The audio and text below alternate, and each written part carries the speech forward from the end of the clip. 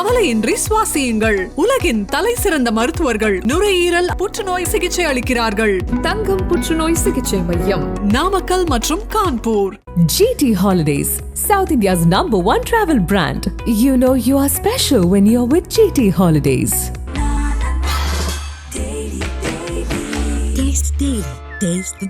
திமுக 200 தொகுதிகளில் வெற்றி, கூட்டணி பலத்தால் மமதையில் இருக்கிறார்கள் என விஜய் கூறுகிறார்.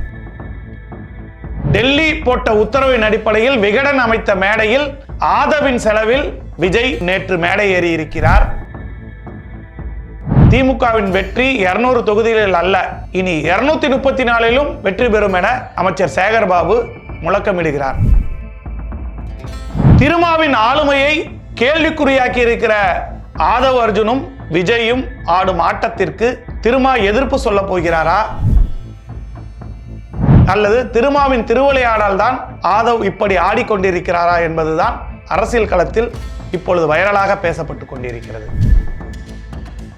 திமுகவை மிரட்டி கூட்டணி ஆட்சியில் இடம்பெற்று விடலாம் எனவும் மத்திய அமைச்சரவையில் பங்கு பெற்று விடலாம் என விசிக கனவு காண்கிறதோ, இதெல்லாம் ஸ்டாலினிடம் எடுபடுமா?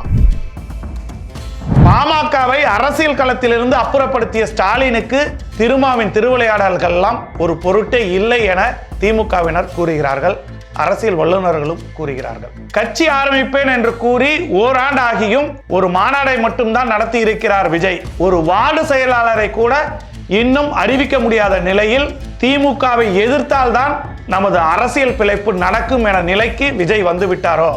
திமுகவை எதிர்த்தவர்களுக்கு எல்லாம் மலர் வளையம் வைத்த வரலாறு என்பது திமுகவுக்கும் திமுகவின் உடன்பிறப்புகளுக்கும் இருந்திருக்கிறது.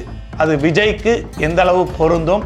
திருமாவின் திருவிளையாடல்கள் எல்லாம் ஸ்டாலினிடம் எடுபடுமா?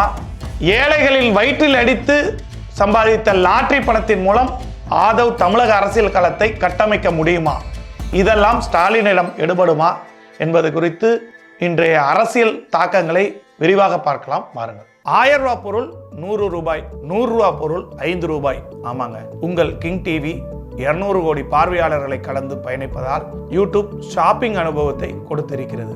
பிளிப்கார்ட், மிந்த்ராவில் 90% ஆஃபர், 70% ஆஃபர், 60% ஆஃபர்னு நம்ம கிங் டிவி வியூவர்ஸ்க்கு அள்ளி தராங்க. இதில் டேக் ப்ராடக்ட்ங்கிற இடத்தை கிளிக் பண்ணுங்க.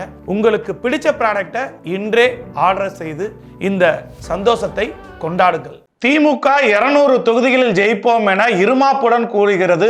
அதன் கூட்டணி பலத்தால் மன்னராட்சியை தமிழகத்திலிருந்து அகற்றுவோம் என நேற்று விஜய் கலந்து கொண்ட அம்பேத்கர் புத்தக வெளியீட்டு விழாவில் ஆதவ் அர்ஜுன் நடத்திய விழாவின் தெரிக்கவிட்ட பேச்சுக்கள் இன்று சமூக வலைதளங்களில் மிக வைரலாகி கொண்டிருக்கிறது.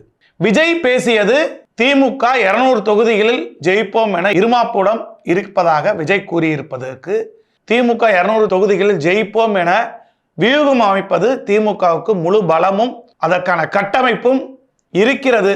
ஆதலால் அவர்கள் கூறுகிறார்கள்.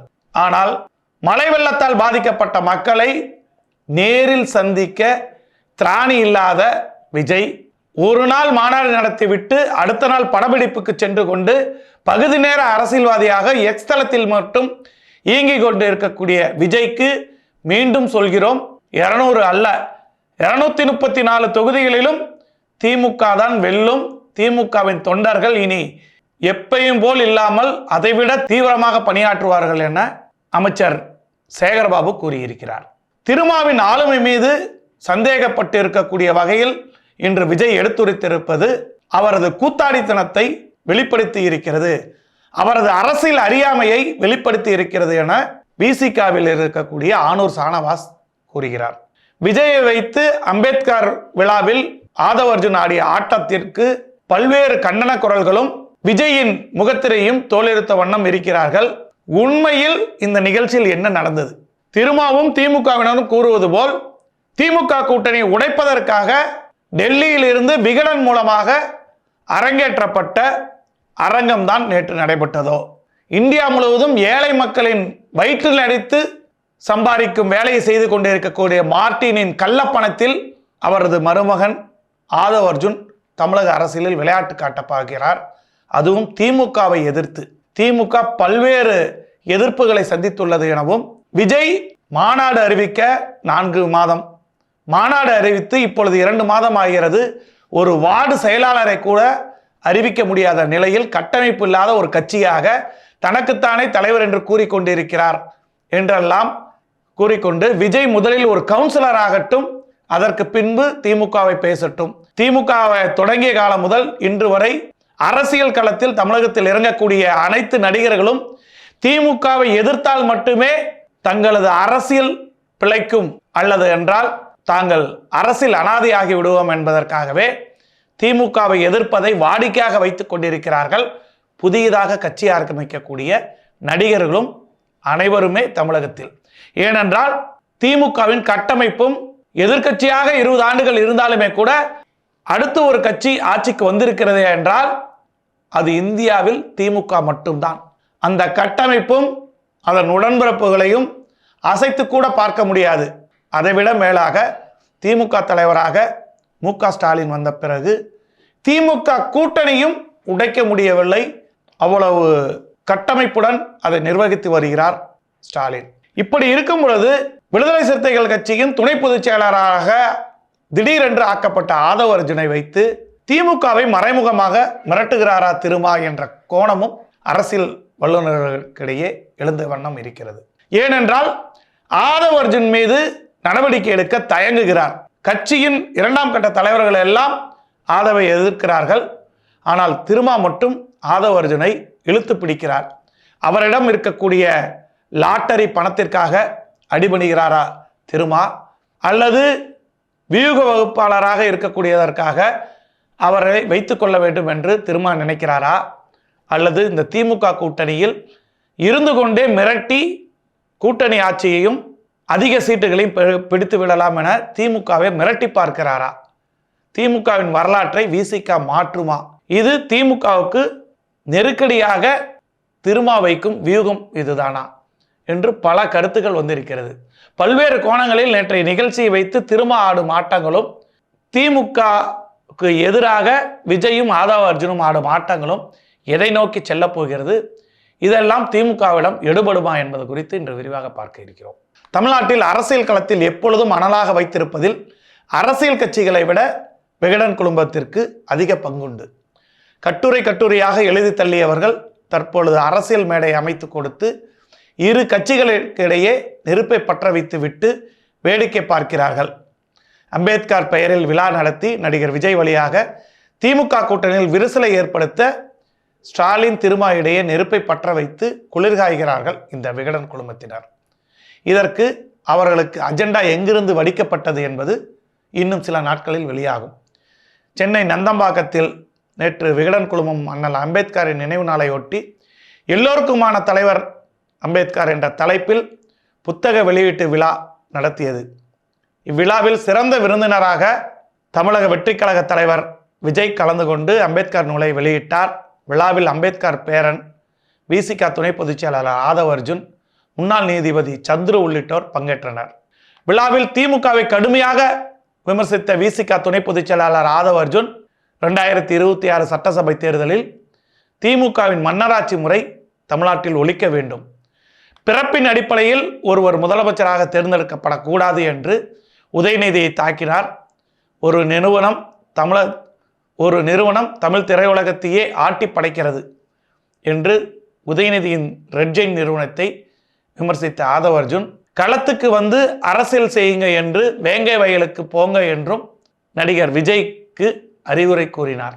இது தொடர்பாக செய்தியாளர்கள் கேட்டபோது ஆதவ அர்ஜுனின் பேச்சு அவரது சொந்த கருத்து என்று அவரிடம்தான் விளக்கம் கேட்க வேண்டும், விஜயுடன் தனிப்பட்ட அளவில் எந்த பிரச்சனையும் அல்ல என்று விசிக தலைவர் நேற்று இரவு கூறிவிட்டார். ஆனால் ஆதவை கட்சியை விட்டு நீக்க வேண்டும் என விசிகவின் 2ஆம் கட்ட தலைவர்கள் எல்லாம் கதறி வருகின்றனர்.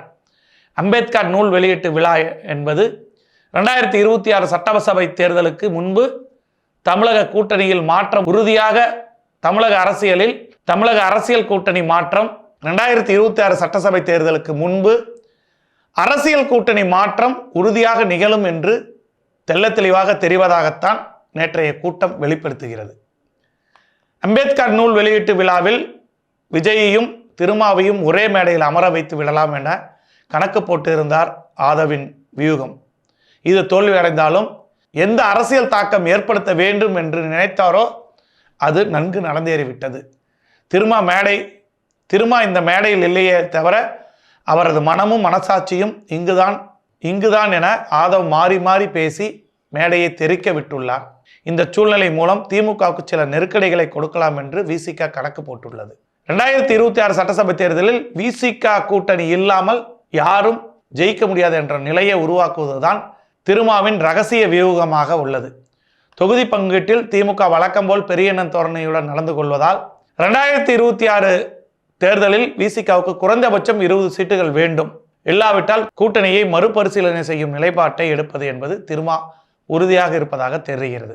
திமுக கூட்டணியில் இருந்து விசிக விலகாவிட்டால் ஆதவ் அர்ஜுன் கட்சியிலிருந்து நீக்கப்படுவார் அல்லது விலகினால் விசிக உடையும் என்று பரவும் செய்திகள் திருமாவளவனால் ரசித்து கொண்டு கடந்து செல்கிறார். மேலும் 2026 ஆட்சியில் பங்கு மற்றும் 2029 ஆண்டு மத்திய அமைச்சரவையில் கேபினெட் அமைச்சர் பதவி என்ற இரு கனவுகளுடன் திருமா இருப்பதால் அதற்கு கை கொடுக்கும் கட்சிகளுடன் பயணிக்க முடிவு செய்திருப்பதாக தகவல்கள் தெரிவிக்கின்றன.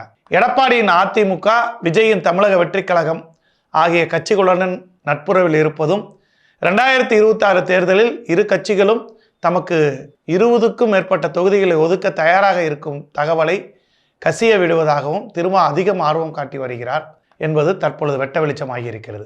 அதிமுக கூட்டணி மற்றும் விஜயுடன் கூட்டணி இந்த இரு வாய்ப்புகளையும் காரணம் காட்டி 2026 திமுக கூட்டணியிலே நீடித்து 15க்கும் மேற்பட்ட தொகுதிகளை விசிக பெற்று திமுகவை தனிப்பெரும்பான்மை பெற முடியாத சூழ்நிலைக்கு உருவாக்க வேண்டும். அப்பொழுது ஆட்சி அதிகாரத்தில் பங்கு என்ற முழக்கத்தை வைத்து நெருக்கடி கொடுக்க முடியும் என திருமாவளவன் நம்புகிறார், கணக்கு போட்டிருக்கிறார். 2006 சட்டசபை தேர்தலில் திமுகவுக்கு மெஜாரிட்டி கிடைக்காமல் மைனாரிட்டி அரசு அமைத்தது திமுக. காங்கிரஸ் மற்றும் பாமக ஆதரவுடன் அந்த ஆட்சி நீடித்தது. 2026 அப்படி ஒரு நிலை வந்தால் ஆட்சியில் பங்கு என்ற நிலைப்பாட்டுடன் ஆதரவளிப்பது என்ற முடிவில் திருமா இருக்கிறார் என்று விசிக வட்டாரங்கள் தெரிவிக்கின்றன. திமுகவின் வரலாற்றை மாற்றி கூட்டணி ஆட்சிக்கு திமுகவை சம்மதிக்க வைக்க விசிக நெருக்கடி கொடுக்கும் என்று விசிக அப்படி ஒரு நிலை திமுக கூட்டணியில் ஏற்பட்டால் விசிக வெளியேற்றப்படும் என திருமா கனவு காண்பதாக அரசியல் விமர்சகர்கள் கூறுகிறார்கள். திமுகவால் விசிக வெளியேற்றப்பட வேண்டும். அப்போதுதான் 2026 சட்டசபை தேர்தல் பிரச்சாரத்தில் திமுகவை கடுமையாக விமர்சிக்க முடியும் என திருமா திட்டமிடுகிறார். ஆனால் அப்படி ஒரு சூழலை திமுக உருவாக்காது என்று மூத்த பத்திரிகையாளர்கள் கூறுகிறார்கள். ஆனால் யார் என்ன பேசினாலும் எப்படி விமர்சித்தாலும் வழக்கம் போல் நாங்கள் திமுக கூட்டணியில் தொடர்வோம் என மீடியா மைக்குகளை பார்க்கும் போதெல்லாம் திருமா வாடிக்கையாக பேசி வருகிறார். திமுகவும் இதை வேடிக்கை பார்த்து வருகிறது. மொத்தத்தில் திருமாவின் வாடிக்கையும் திமுகவின் வேடிக்கையும் நிரந்தரமாக இருக்காது என்பதே கள நிலவரமாக இருக்கிறது. இது குறித்து அவ்வப்பொழுது வரும் செய்திகளை உடனுக்குடன் காண கிங் 360யோடு இணைந்திருங்கள். கவலையின்றி சுவாசியுங்கள். உலகின் தலை சிறந்த மருத்துவர்கள் நுரையீரல் புற்றுநோய் சிகிச்சை அளிக்கிறார்கள். தங்கம் புற்றுநோய் சிகிச்சை மையம், நாமக்கல் மற்றும் Kanpur. GT Holidays, South India's #1 travel brand. You know you are special when you're with GT Holidays. Taste the daily.